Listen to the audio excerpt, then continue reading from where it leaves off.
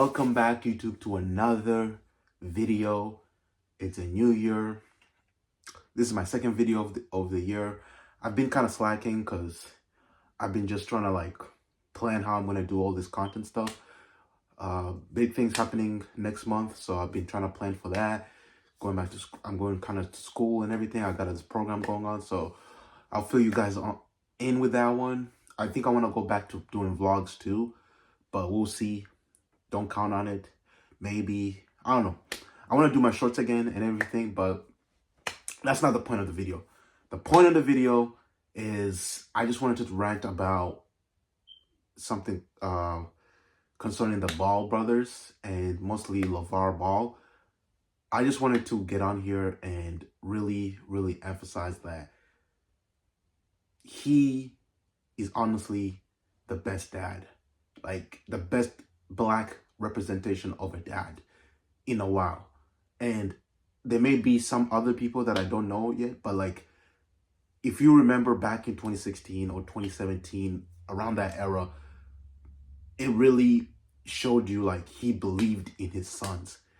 There was no bigger cheerleader. We're so used to moms and Black moms and everything, but to see him get on ESPN with Stephen A and all that stuff, and go to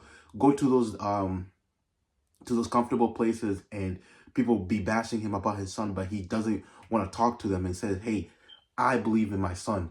I believe in my son. And anybody that said anything different, it was ridiculous to a point. But even me at that age when I was in high school, I did not I was laughing, of course, when he said the Michael Jordan, oh my gosh, but I wouldn't be mad at it because that's what I feel like Black kids and Black boys and everybody in general needs. A dad that's going to be there and just sell you the biggest. My son is Superman. My son can lift the moon. My son can be Jordan, And it puts that seed of doubt. No person out there, even Stephen A and even all of us, we know LeBron James and Michael Jordan are all these good players, but maybe we had that low doubt because of his faith.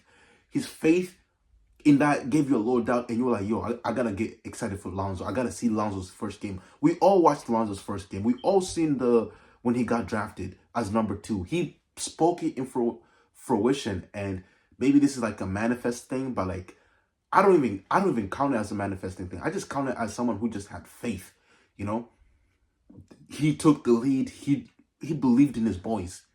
All 3 of them. He said they were going to be successful. LaMelo, Gio, and I don't know how all their names, but all 3 of them. LaMelo going on to becoming to the NBA and still playing to this day. He may have had injuries, but he's still playing to this day. He has a contract. And then am I mixing them up? So the oldest son, okay, he has a contract. He has his injuries. Okay, that's not LaMelo. That's Lavar? No. You know what I mean. I'm sorry, I'm mixing up them names right now. But the eldest son, he believed that he was gonna be number 2. He became number 2. He martyrized. He went on ESPN and he was speaking fruition. He was speaking it into existence, and it happened. It happened. I didn't think he was. Me, honestly, at that time, I didn't think LaMelo was better than Jason Tatum. When they went over Jason Tatum, I was like, bro, they made a mistake. But I still had doubt. I was like, maybe there's something here. There's still something here. Maybe he sees something that we don't see. We see when he gets to the NBA, he's gonna go off. College wasn't his best, but when he gets to NBA, he's really gonna go off. He's gonna have trainers, gonna have money, whatever. They had a TV show. They even marketed that. They had a brand. They believed in themselves. And I'm never gonna put down someone that believes in themselves. Even a parent that believes in their kids so much that it's they think their kid could do anything. I don't think the oldest son thought hey, I'm gonna this is too much pressure for my dad. I think they just saw it as wow, my dad believes in me and I'm gonna do the best. The middle son running into the Chinese scandal and everything, and kind of squandering his chances and everything, and maybe the weight problem too. But he was fighting for him. He was like, put him into the league, put him into the league. He was fighting. He was pushing his son, and that was just admirable. Ugh, I don't even know. Did I just mess up that word? Oh my gosh! But you know what I mean. And then you have his third son. He said, "There's nothing gonna be here in this high school teams. There's nothing gonna be here for my son.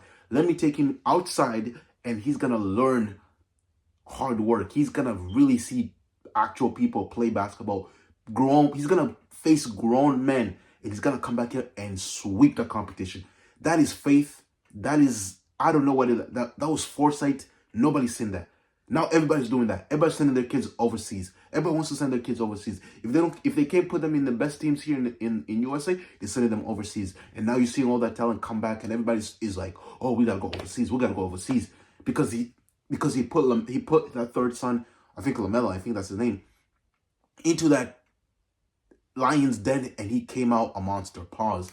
But honestly, I don't know if it's me, but I definitely want to see that. Like, I feel like that was very like, he gave me like a blueprint where like I want to be as a father when I grow up, and like, well, not grow up, but like when I become a father, and just like speak life into your sons, you know? Speak life into your kids. Believe in them. I think at the end of the day, kids want to know that not only is my dad fighting for me, but he is putting there his best.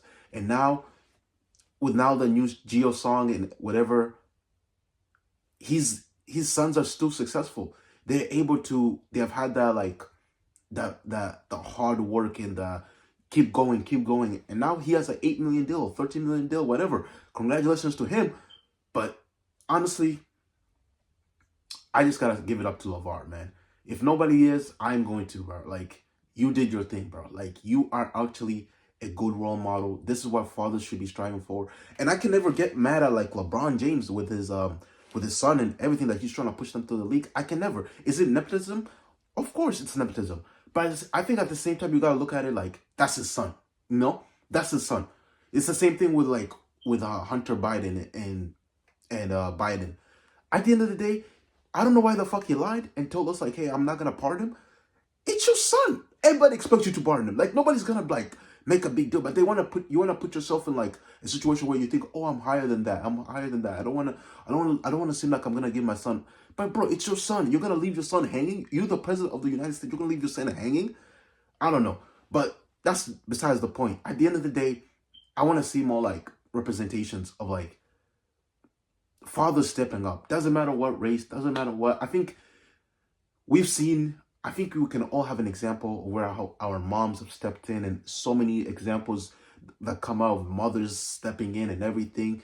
I think I heard a story one time of like, I don't know if it's a mom or a dad, but they got into an accident. It was a parent and the kid was inside, and something weird. He got into an accident on a bridge, and the car was leaning, but he or she couldn't get to the kid, or somehow. So you know what they did?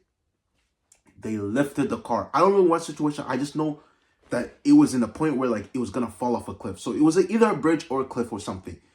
But the mom used all her strength, or dad, whatever, used all her strength to lift up a 2-ton car, a mid-sized car, which is like maybe 2 tons, whatever. Pulled it with all their strength, back. And that just shows you like the love of a parent. You know, it's endless. It's really endless. And Lavar proved it right here. He shows us like, I am going to push my sons. I am going to be involved in my sons' lives. And it paid off. I think he can walk to the sunset and say, I gave it all my best. I have seen them succeed. Now it's their turn, you know? End of story. But what do you guys think?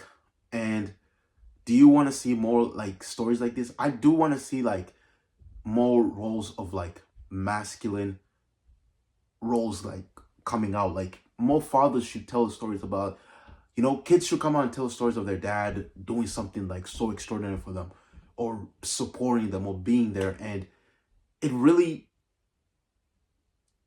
those stories are what moves people, you know?